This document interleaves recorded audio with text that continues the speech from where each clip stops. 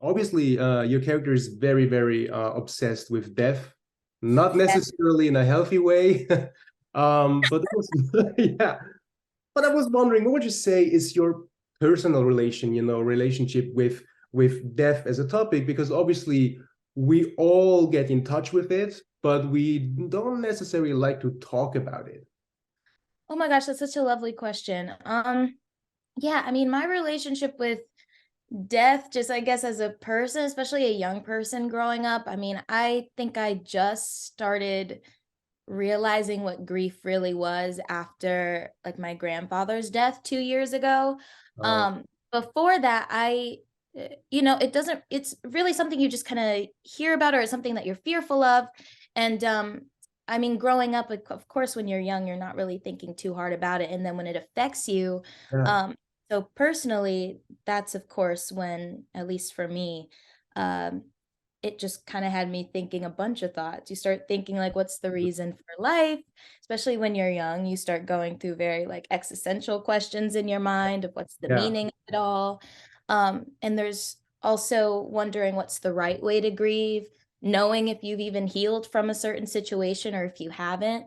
I think the main thing is you really just can't have life without death. And it's the sad but also beautiful part about just living.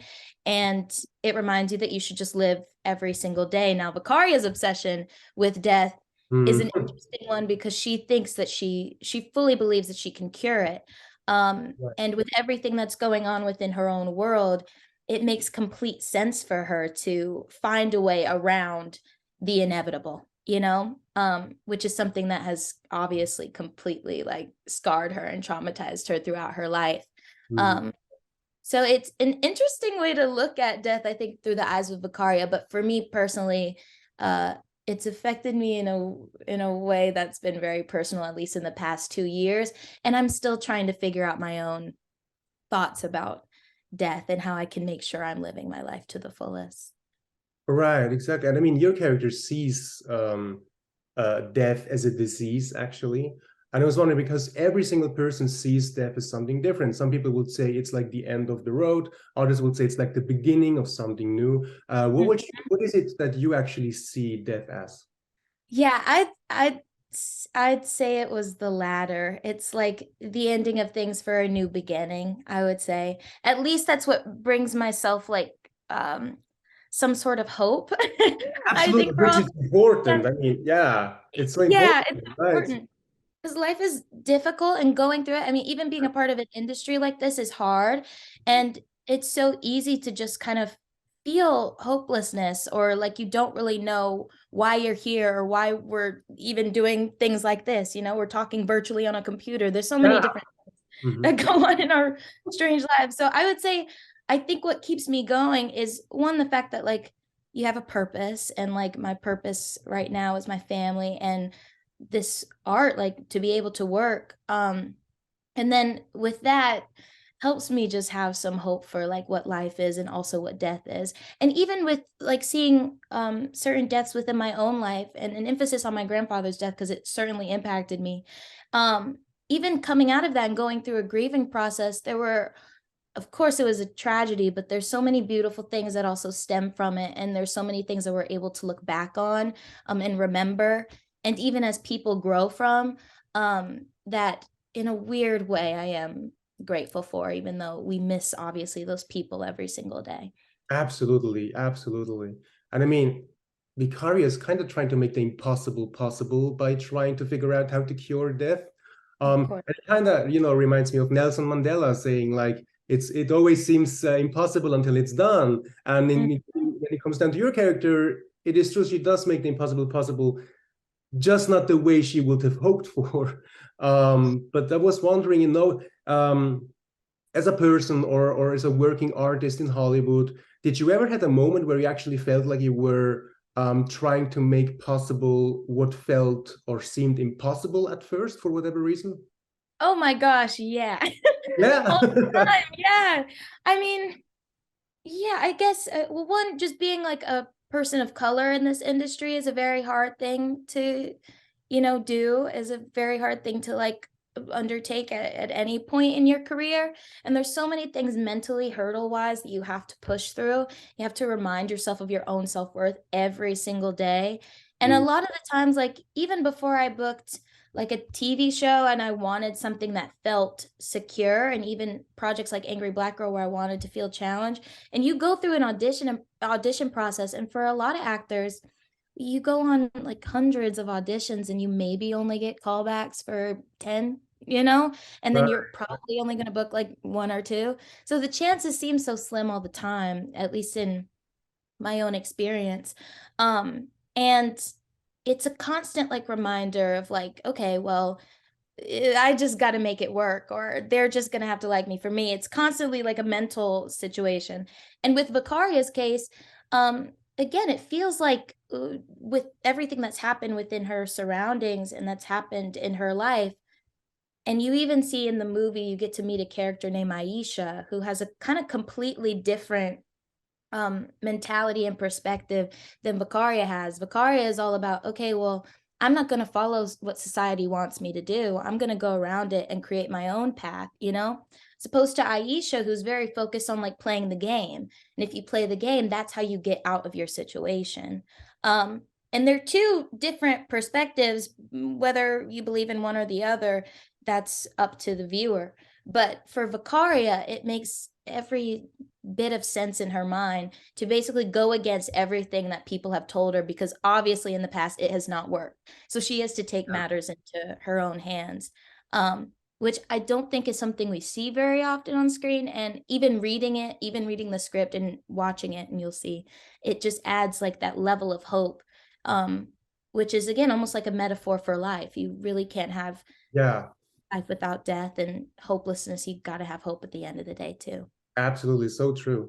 And I mean, she's kind of from guessing from the trailers, it looks like that she's trying to control a situation that maybe cannot be controlled because her father obviously is suffering from the loss of his son. And Right. obviously what she does is also like a form of escapism in a way, but Hmm. trying to solve things again in a way. And I was wondering because I think we can all relate to that, in other, areas in terms of trying to control the situation. Whenever something bad happens, we try to control the situation. And I was wondering if you ever actually had to realize as a person or artist that sometimes you have to let go of the feeling to control a situation. Yeah, of course. Like I feel every person, every human being goes through that, where it's always when you let go of something is you really get everything that you wanted, or you get that like goal that you had in mind and you're able to achieve it. You're able to just take your hands off of it. Again, those are those mental hurdles that you really just have to like completely, I don't want to say like detach yourself from, but once you do, like you're able to allow things in, you're able to Oh receive. yeah, yeah, And in Vicaria's case, like you said, in death and grieving is such a confusing thing, and there's different ways in how people grieve. And it is that control aspect. Like she wants to be able to control that narrative, which is why we have such a relationship. Even you'll meet this character, Kango. And it's kind of that same thing. It's like a tug and pull with these two because they're both trying to control two different narratives going on. I think what also feeds into Vicaria's control is the fact that she's a teenage girl and she doesn't fully understand certain life situations. yeah. And I don't know if she knows how to properly grieve because so much has obviously happened in her young life. But even just, again, you're so young being a teenager, you really don't know all that you are capable of, or what you can and can't control, what things are inevitable and what things aren't. And she's just seeing how it's affecting every part of her life and trying to stop it in any way that she possibly can. And in our case, that means the most extreme. Right, very. Yeah. And she also says, death is the disease that broke my family. I'm sick of seeing it. And obviously, this is also a form of because when something bad happens, we do have like the tendency to make bad decisions. And her Mhm. bad decision is trying to solve that, and which eventually leads her brother turning into the monster. Um, And I was wondering, because whenever we are afraid or whenever we are like influenced by emotions, we might have the tendency to make bad decisions. And I was wondering, as a person or artist, um, how do you stop yourself, from making bad decisions that are like heavily influenced by emotions? Because we all go through stuff like that. Oh my gosh, completely. It's been a bit weird for me. I mean, of course, as a person, you always get that instinct to like go to the most extreme, and that's what's kind of great about Vicaria is like, and as versus like Vicaria and me and just how we are as two different people. Like I am the type to almost like overanalyze everything and like think about things Yeah, yeah. something. Um, and Vicaria, I feel like she's definitely that way, but there's a lot more gut feeling that she's able to act on. She acts mostly on instinct, and that can get her in obviously a very sticky situation at times. So for me, I mean, I take a deep breath and I write it down first, literally before I Yeah. um like especially being like in the entertainment industry, dealing with certain like even teenage things with friends or certain relationships that you have. Like I really do have to zen for a second Right. and clear out my space. And that's the best way that I can make a decision. And also talking to people. I don't think Right. Victoria, our movie, she doesn't really have a lot of people to turn to. There's not a big community out there that's ready to listen to her struggles or how she's grieving, even though her dad is a big part of her life.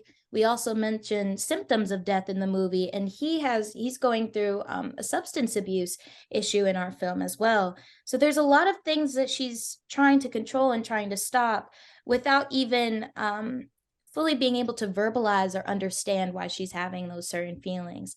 So for me as an actor, as a person, period, I just like to breathe and sit down for a second. I drive and I like to take a little drive around the Yeah. neighborhood. All You right. exactly. So right, so right. I mean, also, even though I've only seen the trailer for the movie, there are already lines in there that made me already think, and I'm so curious to find out what the rest of the movie is like, because one other line was like that they called him a monster and he believed it. Um, Mm, and that mhm, is a line that kind of, it reminded me of, how adults talk to children, for example, because they tell the children, you are this, you are not this, or you can achieve that, you cannot achieve that. And I mhm, mean, for the monster, which is a brother, it's the same, because once he reawakens, he has this fresh mind, obviously. So whatever people call him, whatever it is, he might believe it. And so mhm. do children. And I was wondering if you ever actually had to learn in your life to listen away, to stuff that people either told you or called you that might have had an impact on your actions or even on your beliefs. Oh my gosh. Oh, completely. I mean, and it's one of those things, like you said, when you're young, these like the formative years are just so important. All Yeah, I right. don't know, it can be for any person, but literally from the moment that you're born, especially into like your preteen years, are just so important. And then teenage years, of course. But everything that I mean, we kind of come into the world as blank canvases and we Oh don't yeah, really, you yeah, know, it's true. and people tell you from a very young age, like, just be yourself. Like, people will Hmm. like you if you're Yeah. just who you are, you know? And how are you supposed to know who you are? I mean, how are you supposed to know how to be yourself if you don't know who you are, you know? So a lot of the times you hang out with certain people and they tell you their perception of you, and that ends up having something on your mind. Like that's what you believe you are. And you can easily, and I think we explore that so much in the film too, is like this idea of a mental death, where like if you're told enough times that you're this way and you're that way, Hmm. then you become it, you know? Um, and that, again, that goes into like those mental hurdles that you just have to go through as a human being every single day. And I don't know if it's the same for you and I'm sure it is for everybody, but it's a complete like mental hurdle to Oh, yeah. understand people have an idea of you, maybe an expectation of you, a perception of you, and then versus what's real and what's true and who you really are. And it's one of the most confusing things, at least what I found in my young life, is figuring out who I am, and also knowing that it's a lifelong journey, and like you're not going to fully know until hopefully you'll figure it out by the time we're all gone. But Right. we're just kind of learning every single step of the way. But it's one of my favorite things that we explore in this movie because I mean, again, as an actor, you go into audition rooms and they typecast you, they pigeonhole you, they do all these things to say what you are, who you can play, what you can't do. Um, and when you're going through auditions at 12, it's like, how do you separate yourself from people's own idea of you that you don't feel is true? I was lucky to have a great support system and who has helped me like fully understand that, and also to like go to a regular school and like have regular friends and be from somewhere other than like Los Angeles, California was also a nice thing as well. But in our movie, like exploring that mental death and also physical death and what is more impactful at times, I think is really important and a lovely message that we get to send. Absolutely. Oh, Lay, I love that answer. Seriously, thank you so much for sharing your thoughts. And also, that was actually my last question. Seriously, I want to thank you so much for your time today. Seriously, I cannot wait to watch the entire movie. From what I've seen, it feels so refreshing because you know where the premise comes from, but it looks like something entirely, like its own thing, and that's what really makes me very, very interested to find out the entire story. Oh, thank you so much. That really means everything. I can't wait for you to see it. And thank you for this lovely interview. Your questions were wonderful. And Oh, thank you so especially only going off a trailer, I'm gonna give you your props for that because much. they're